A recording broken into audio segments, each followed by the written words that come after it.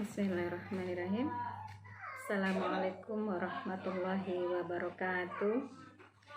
Selamat pagi Ananda semua.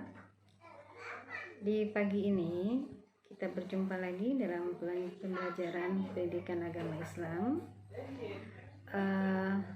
Maka sebelum kita memulai pembelajaran kita, ada baiknya kita awali dulu dengan berdoa secara bersama-sama. Baik, silahkan dipimpin oleh ketua kelas. Berdoa mulai. Baik, terima kasih kepada Anda semua, sehingga dengan berdoa agar nanti semua pembelajaran yang nanti Ibu uraikan bisa kalian pahami dan kalian maknai dalam kehidupan sehari-hari. Amin ya rabbal alamin. Baik, Ananda Ibu yang Ibu sayangi, absensi kita pada pagi hari ini, siapa yang tidak hadir kira-kira? Ya, baik. Alhamdulillah semua pada hadir di pagi ini. Kita lanjutkan pembelajaran kita untuk materi yang memang pembahasan yang baru pada bab 2 kali ini, yaitu berbicara tentang berbusana muslim dan muslimah, cermin kepribadian dan keindahan diri. Baik, sebelum kita masuk kepada pembahasan, maka terlebih dahulu akan Ibu jelaskan ketika kita belajar tentang berbusana muslim dan muslimah sebagai cermin kepribadian dan keindahan diri, maka Ananda semua harus tahu dulu apa tujuan kita dalam mempelajari materi kali ini. Ada 3 tujuan yang akan kita uraikan, yaitu yang pertama, dengan belajar tentang berbusana muslim dan muslimah ini, maka diharapkan Ananda semua bisa terbiasa berpakaian sesuai dengan syariat Islam. Yang kedua, menunjukkan perilaku berpakaian sesuai dengan syariat Islam. Yang ketiga, menganalisis ketentuan berpakaian sesuai dengan syariat Islam.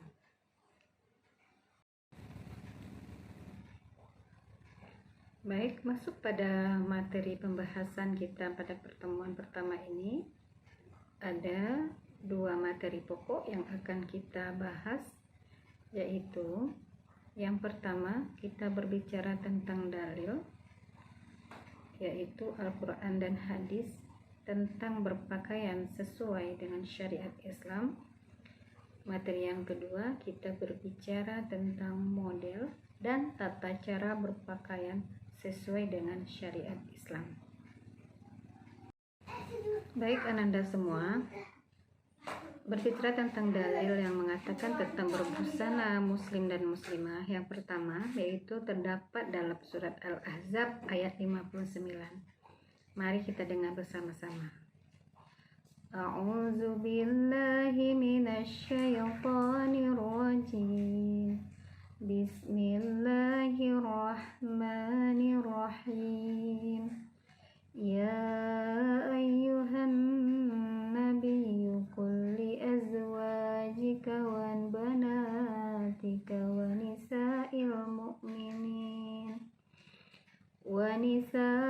mu'minina yudnina 'alaihinna min jalabibihinna zalika adna ay yu'rafna fala yuzain wa kana Allahu ghafuran rahima.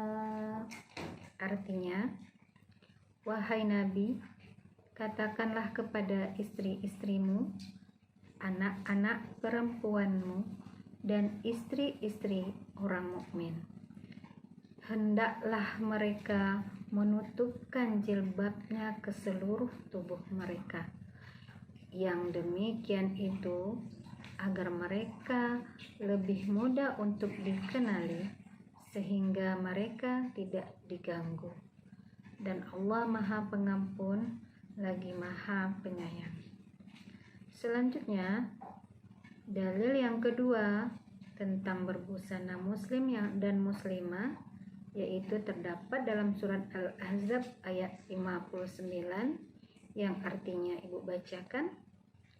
Dan katakanlah kepada para perempuan yang beriman agar mereka menjaga pandangannya dan memelihara kemaluannya, dan janganlah menampakkan perhiasan atau auratnya kecuali yang biasa terlihat, dan hendaklah mereka menutup kain kerudung ke dadanya, dan janganlah mereka menampakkan perhiasan atau auratnya kecuali kepada suami mereka, kepada ayah mereka, atau ayah suami mereka, atau putra-putra mereka, atau putra-putra suami mereka, atau saudara-saudara laki-laki mereka, atau putra-putra saudara laki-laki mereka, atau putra-putra saudara perempuan mereka,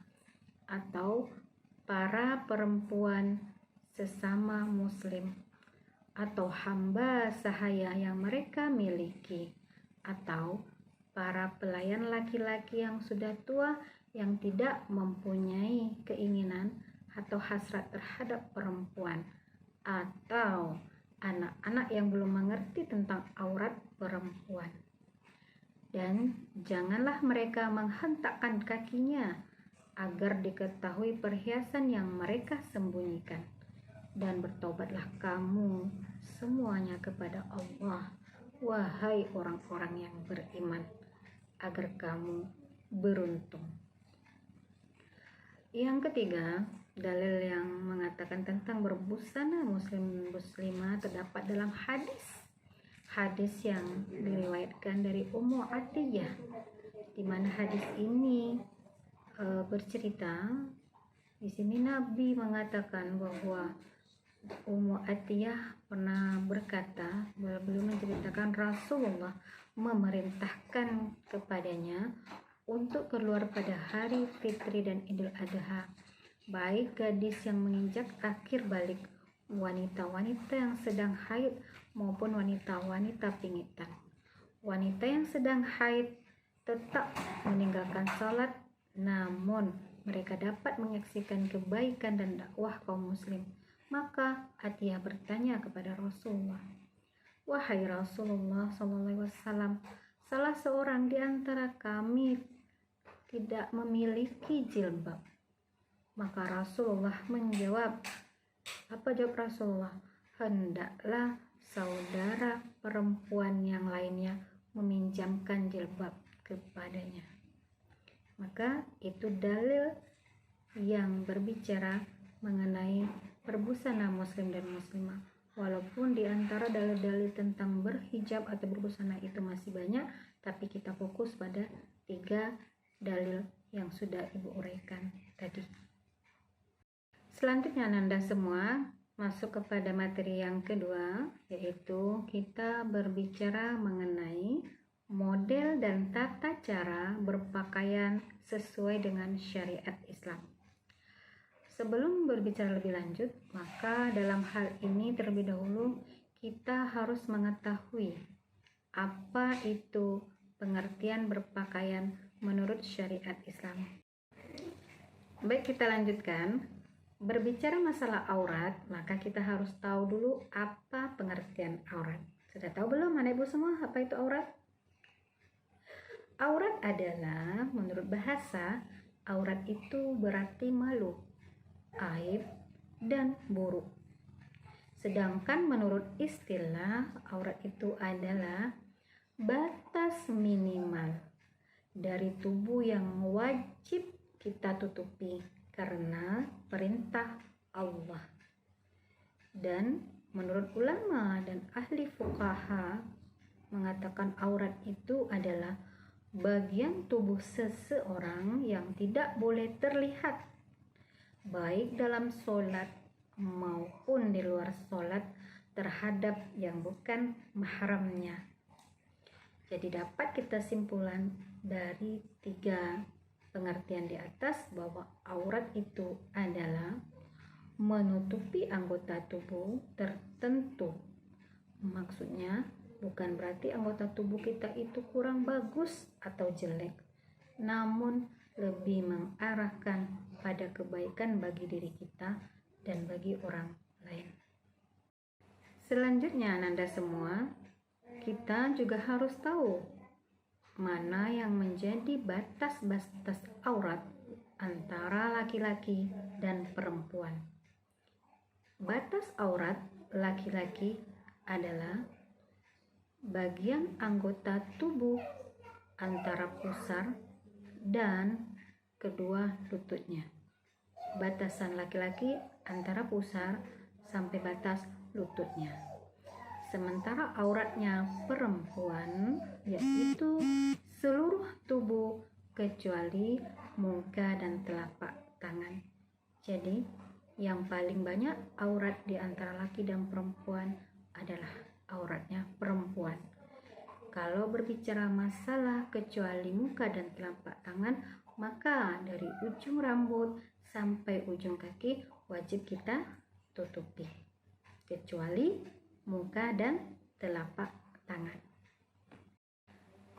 Bagi seorang muslim atau laki-laki yang beriman, maka ketentuan berbusana bagi mereka diantaranya yaitu 1. Menutup aurat. 2. Tidak terbuat dari bahan emas, sutera. Yang 3. Tidak menyerupai busana perempuan. Dan selanjutnya, ketentuan busana muslimah atau wanita muslimah kita ini ya, apa saja kira-kira ketentuannya? Karena dia memiliki aurat yang banyak, maka ketentuannya juga lebih banyak daripada laki-laki, yaitu A. Menutup seluruh tubuh kecuali muka dan telapak tangan. Itu ketentuan yang pertama. Yang kedua atau B, busana seorang muslimah harus tebal, maksudnya tidak tipis dan tidak transparan. C. Busana seorang muslimah atau pakaian seorang muslimah itu harus longgar, maksudnya tidak ketat dan tidak nampak lekuk tubuhnya. Kalau nampak lekuk tubuh berarti belum berhijab dengan baik. D. Tidak diberi wangi-wangian, karena wangi-wangian bagi perempuan itu adalah sesuatu yang diharamkan. Dia hanya dibolehkan bagi kaum laki-laki. Dengan ciri-ciri kaum laki-laki itu wangiannya bisa dicium aromanya, sementara untuk perempuan kalau mau memakai wangian, pakailah wangi-wangian yang tidak punya aroma sehingga tidak tercium oleh lawan jenis. E. Tidak menyerupai pakaian orang kafir.